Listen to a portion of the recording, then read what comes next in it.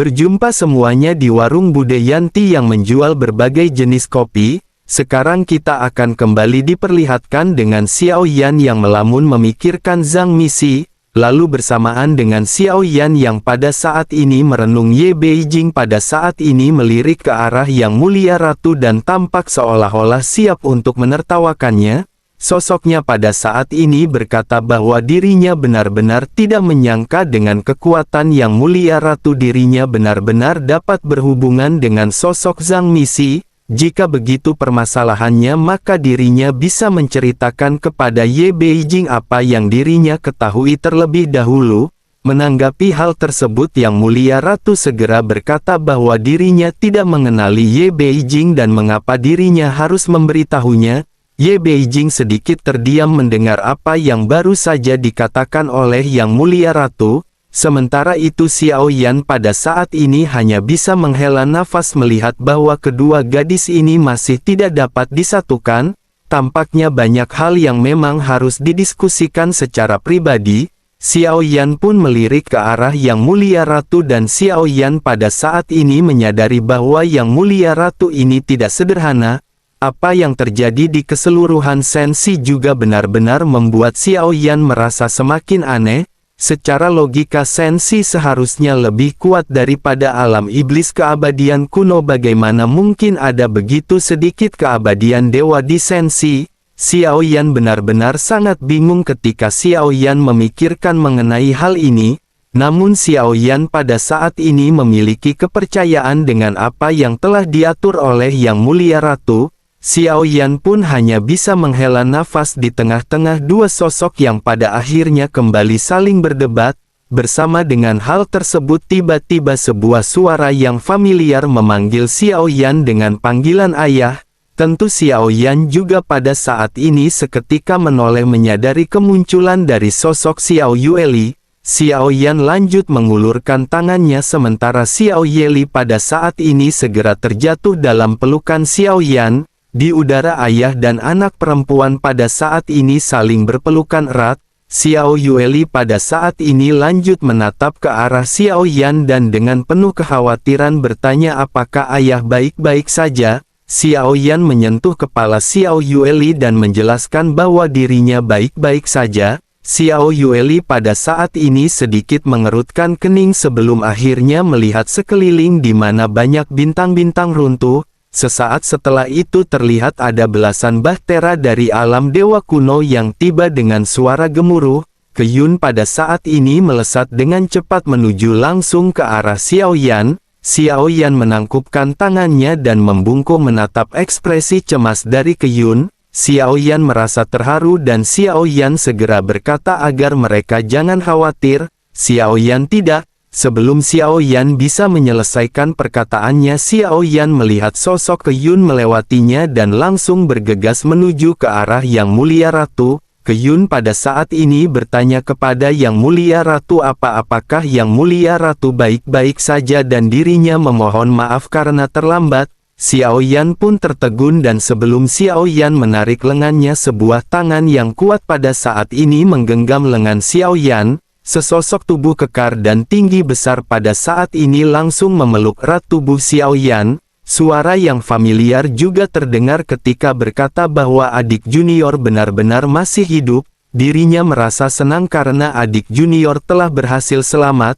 Xiao Yan hampir cacat karena dipeluk dengan begitu erat oleh sosok yang ternyata adalah Rancang. Semua orang dari tim Fearless juga pada saat ini berdatangan ke sisi Xiao Yan dan semuanya memiliki ekspresi khawatir di wajah masing-masing. Xiao Yan pun segera menenangkan mereka dan berkata bahwa sekarang semuanya telah stabil dan mereka tidak perlu khawatir. Sementara itu Rancang pada saat ini segera berkata bahwa meskipun dirinya tidak tahu apa yang terjadi di sini tetapi adik laki-laki pasti telah mengalami pertempuran berdarah yang sangat tragis dengan Taiksu. Kemanakah orang-orang ini pergi dan Rancang benar-benar sangat ingin mencabik-cabik mereka. Rancang menoleh dan melihat ke sekeliling di mana selain dari beberapa dewa Taiksu ada juga banyak sosok yang tampaknya telah kehilangan kecerdasan mereka dan mereka hanya terdiam. Sementara itu Xiao Yan segera berkata sebaiknya mereka jangan menghancurkan semua yang ada di sini karena mereka perlu memanfaatkan teknologi Styx milik Taiksu. Harus diakui bahwa Taiksu memang jauh lebih maju dalam hal teknologi Styx. Dengan sumber daya yang cukup para prajurit Taiksu ini mungkin tidak dapat memainkan peran yang menentukan. Tetapi mereka yang berada di bawah keabadian Kaisar benar-benar akan memiliki kekuatan tempur yang kuat. Pada akhirnya dengan perintah Xiao Yan sosok-sosok yang tidak terhitung jumlahnya dari alam dewa kuno menyerbu melesat keluar. Mereka segera mulai menjarah semua yang ada dari para prajurit Taiksu. Sementara itu Yang Mulia Ratu pada saat ini segera mengambil alih dan segera membuat pengaturan untuk memulihkan Senshi. Yang Mulia berkata bahwa selanjutnya mereka bisa menggunakan energi dari Dewa Taiksu untuk membentuk kembali bintang-bintang yang hancur sebanyak mungkin. Semua orang pada saat ini mengangguk mendengar apa yang baru saja diinstruksikan oleh Yang Mulia Ratu. Seluruh laut kehampaan barat mengalami kerusakan paling parah dan jika ada cukup sumber daya semua hal akan pulih dengan kecepatan yang sangat cepat. Pada saat ini segalanya tampak tenang seolah-olah Senshi telah mengalahkan Taiksu seutuhnya. Namun Xiao Yan mengerti bahwa pertempuran sesungguhnya masih belum dimulai. Setidaknya apa yang dilihat oleh Xiao Yan tentang Senshi sekarang Xiao Yan tidak dapat melihat harapan untuk menang. Orang yang kuat sangat langka di Senshi.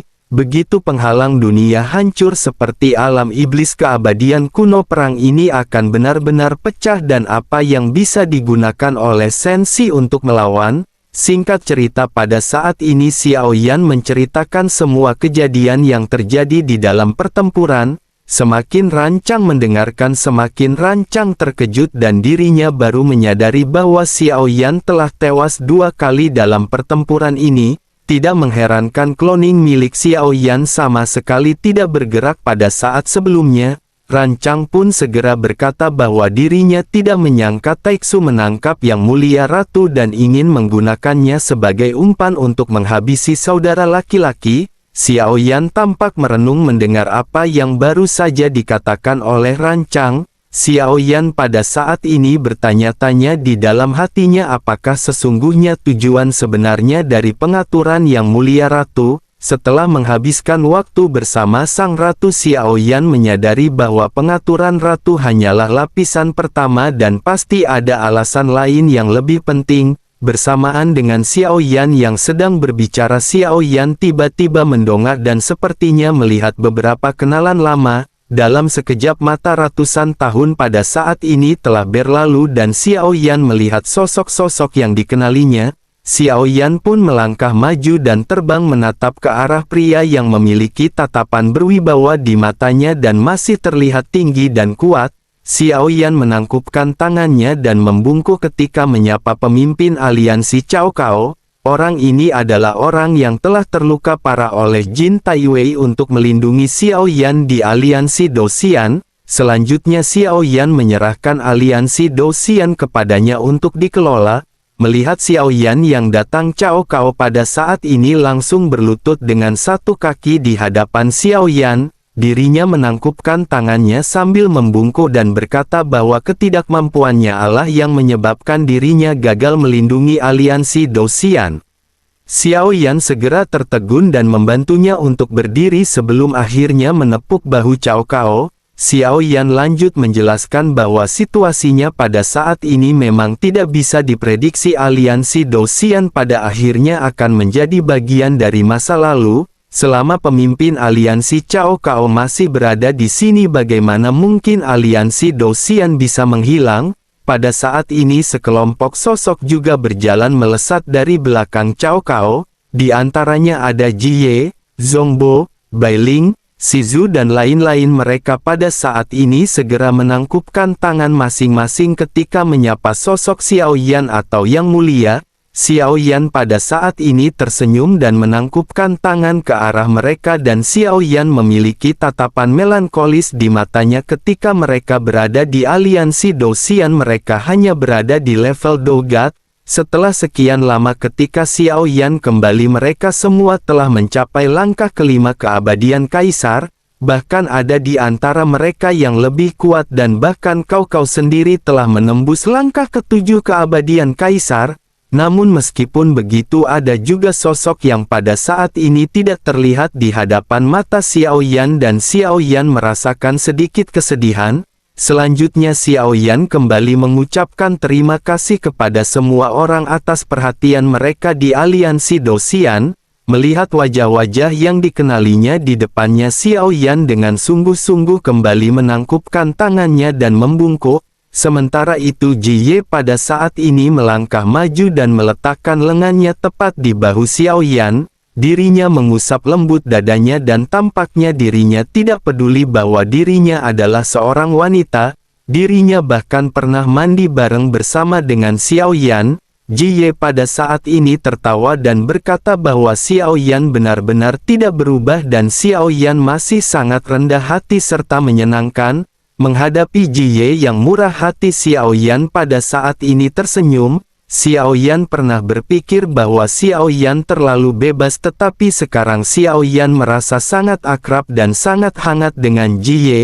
Di kejauhan melihat apa yang dilakukan oleh Ji Ye, banyak pasang mata yang merasa sedikit tidak wajar. Bagaimanapun ranah Xiao Yan jauh melampaui ranah orang-orang di hadapannya. Hal ini tidak dapat dihindar dan mereka terkejut dengan sikap Xiao Yan yang merupakan orang kuat yang tampak begitu rendah hati kepada mereka. Melihat Ji Ye yang bersikap seolah-olah mereka adalah teman, sosok-sosok kuat di belakang Xiao Yan pada saat ini menghela nafas. Namun mereka kembali dikejutkan dengan Xiao Yan yang pada saat ini sama sekali tidak marah.